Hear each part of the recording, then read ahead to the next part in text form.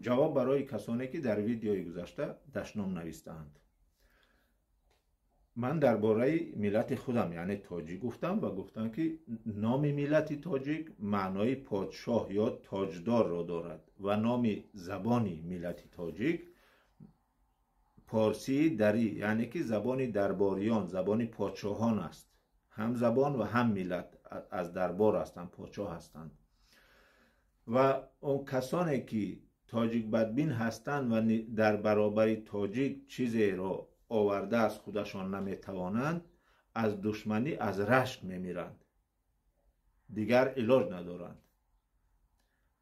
وقتی که تاجیک نسبت کسی دیگر چیزی هم نگفته باشد، اون بدبینی اونها هست، از همین رشک خودشان میمیرند. بهتر است از تاجیک یاد گیرید.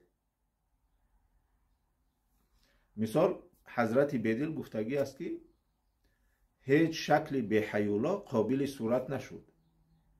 آدمی که پیش از آن آدم شود بوزینه بود. بی‌حیولا اینجا معنی تراشیدن، سفته کردن، زیبا کردن را دارد. یعنی که برای یک شکل ساختن، یک چیز زیبا، صورتی زیبا ساختن، باید که تراشیده و سفته کرده شود. تخته، سنگ، از هر چیزی باشد. و در خط دوم میگوید که آدمی که پیش از آن آدم شود بوزینه بود، یعنی که آدمی که پیش از آن آدم شود همون صفتی کودک است که میمون بازی میکند. یا در افغانستان شادی میگویند. شادی در فارسی معنای خرسندی را دارد، نمیدانم اونجا برای چین را استفاده میکنند.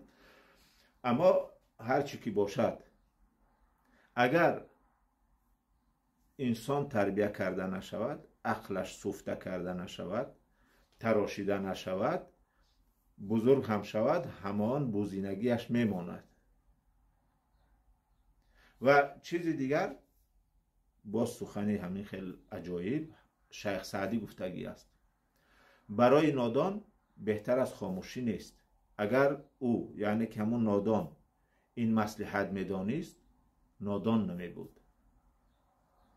هر جا باشد تاجیک باشد، چون تاجیک بودن افتخار است. با درود.